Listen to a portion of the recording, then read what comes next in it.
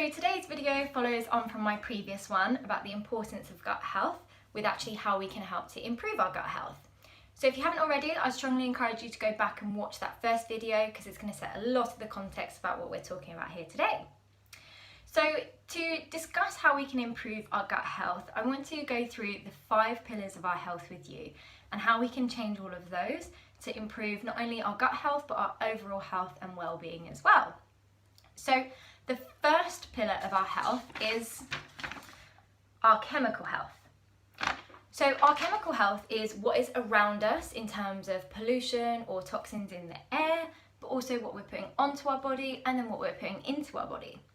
So I read a study which actually shows that our skin absorbs up to 64% of the chemicals in our water supply when we're washing. So that just shows us how porous our skin is. So if we're using harsher chemicals in terms of cleaning products, washing products, laundry detergents, skincare, beauty care, our skin is actually absorbing those chemicals. Now, why am I talking to you about our skin? Well, when we absorb these chemicals into our skin, it then enters our bloodstream. Now, when we digest our food, it's a highly vascular process, which means it requires lots of blood flow in order to digest our food. So if we're absorbing these chemicals into our skin and into our bloodstream, that's all being diverted to our gut when we then digest our food. So that means it can have a knock-on effects into our digestive tract organs as well. So as a general rule, I'd always advise people to try and have more natural-based products wherever possible in terms of beauty care, skin care, shower gels, body lotions, etc., as well as things like laundry detergents and even cleaning products, just to help minimise those harsher chemicals that are around us on a day-to-day basis. Now, another part of our chemical health is, as I say, what we're putting into our body. Now, diet is a big part of that. Now, there's so many different diets out there and everything is going to work better for different people. So I'm not here today to give you a specific diet plan because everyone is very unique. And particularly if you have any issues, I'd always strongly advise you work with a dietitian or a nutritionist or speak with your practitioner and they can help guide you with any issues that you may be having. But as a general rule, I just wanted to discuss a few things with you. So the first is I'd always recommend trying to have an anti-inflammatory diet wherever possible. So when we have too much refined sugar, processed foods, caffeine or alcohol, all the fun stuff unfortunately, what it does is it increases inflammation within our body and largely within our digestive tract where it's having the biggest impact in contact with.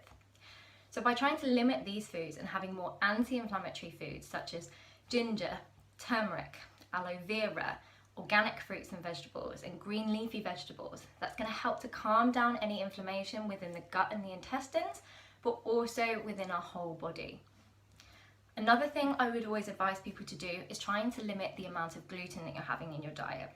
Because they've done lots of studies which show that actually gluten actually increases the permeability within our gut. So that means things can pass through the gut lining much more easily. So it leads to things like leaky gut, which can cause widespread inflammation all over our body.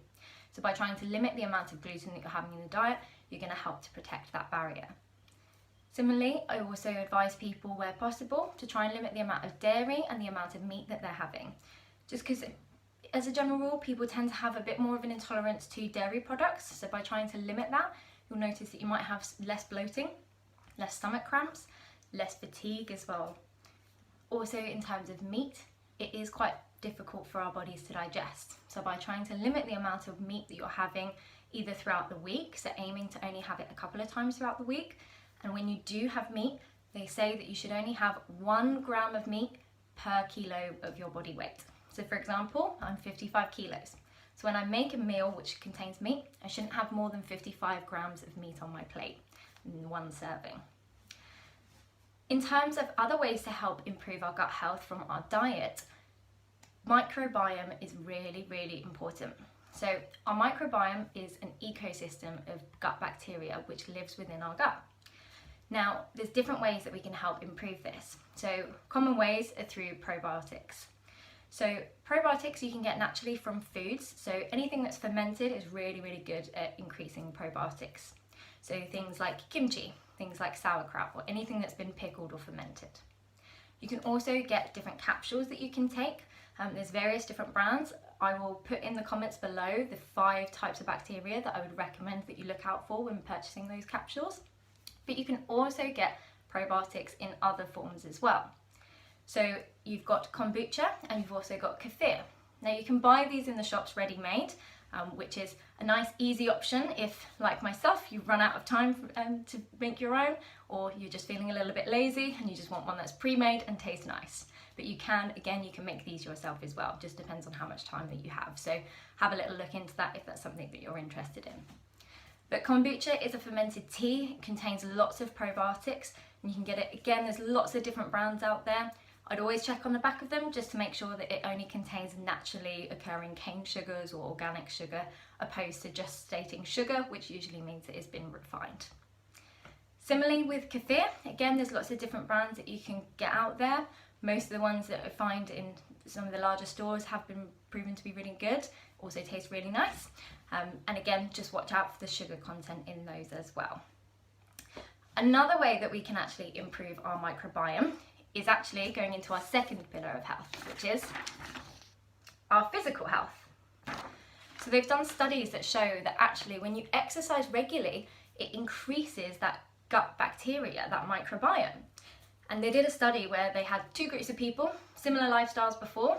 After 6 weeks of regular exercise in one group, where they did the recommended 150 minutes each week, they found that that group of people actually increased their gut bacteria really significantly. And the type of gut bacteria that they improved was short-chain fatty acids. Now that has been linked to lowering chronic conditions such as diabetes, obesity, heart disease, and even certain types of cancer. What they also found was at the end of that 6-week study, when they did follow-ups, those people who continued that regular exercise continued to maintain that good gut bacteria. However, those who stopped the exercise, their gut bacteria actually reversed. So it shows us the importance of regular ongoing exercise. So other reasons that exercise are really important for our gut health is when we're exercising, it actually helps to strengthen our digestive tract muscles. So that means that our gut is actually able to function more effectively and more efficiently. When we exercise, it also promotes peristalsis, which is a wave-like contraction which helps to push the contents of our colon along. As we exercise, it also helps to increase our metabolism. So it actually metabolizes fat into glucose, which is then used for energy. So it's a really effective way to help boost your metabolism as well. Alongside this, exercise, obviously, as we know, is really important for improving our fitness, improving our strength in our muscles, as well as improving our heart strength. But it's also been heavily linked to improving our mental health as well. So again, if you want any more information on that, please feel free to comment and I'll be happy to give some information over. Now moving on to our third pillar of our health is our emotional health. So if you haven't already watched my video on stress, again, I'd encourage you to go back and watch that because that's going to explain things in much more detail. But basically, when we get stressed, what happens is all of the blood gets diverted from our organs into our muscles because we want to be ready to fight something or run away. It's our fight and flight stress response. It's kept us alive for many years. However, the problem with that is the digestive tract is one of those organs which, as I said, requires lots of blood flow. So when we're in a chronically stressed state, we're not getting enough blood supply to our digestive tract, which means that our organs aren't able to function as well as they possibly could. So making sure that we're trying to manage our stress levels wherever possible is really, really important. And that actually links us into our fourth pillar of health, which is recovery. Now, recovery comes in different forms and it's different for every person. So a big part of our recovery is our sleep. Now, sleep is so important because that's when our body heals and repairs itself. So trying to get good quality sleep for ideally about 8 hours a night is really, really important. So there's lots of different ways that you can try and help to improve your sleep. Again, exercise is a really good one.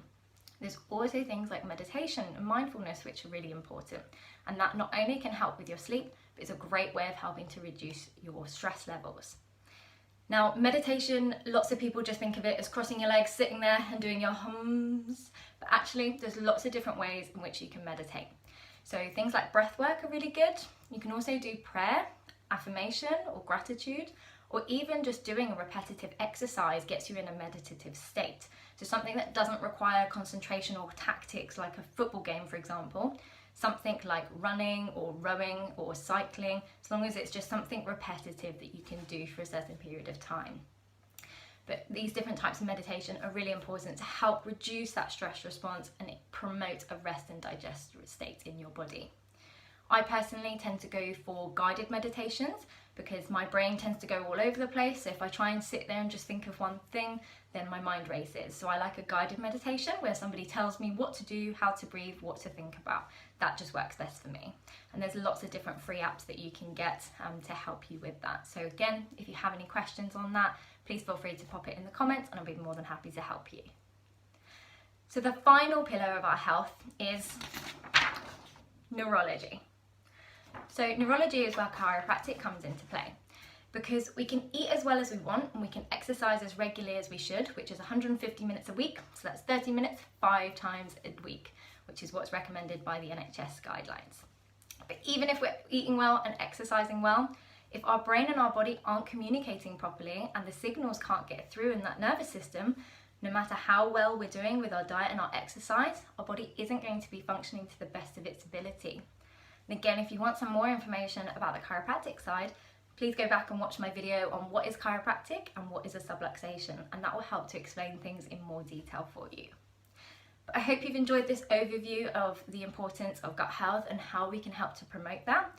Again, if you have any questions at all, please feel free to pop it in the comments below and I'll get back to you as soon as I can. Thank you very much for watching, and I look forward to speaking with you all soon.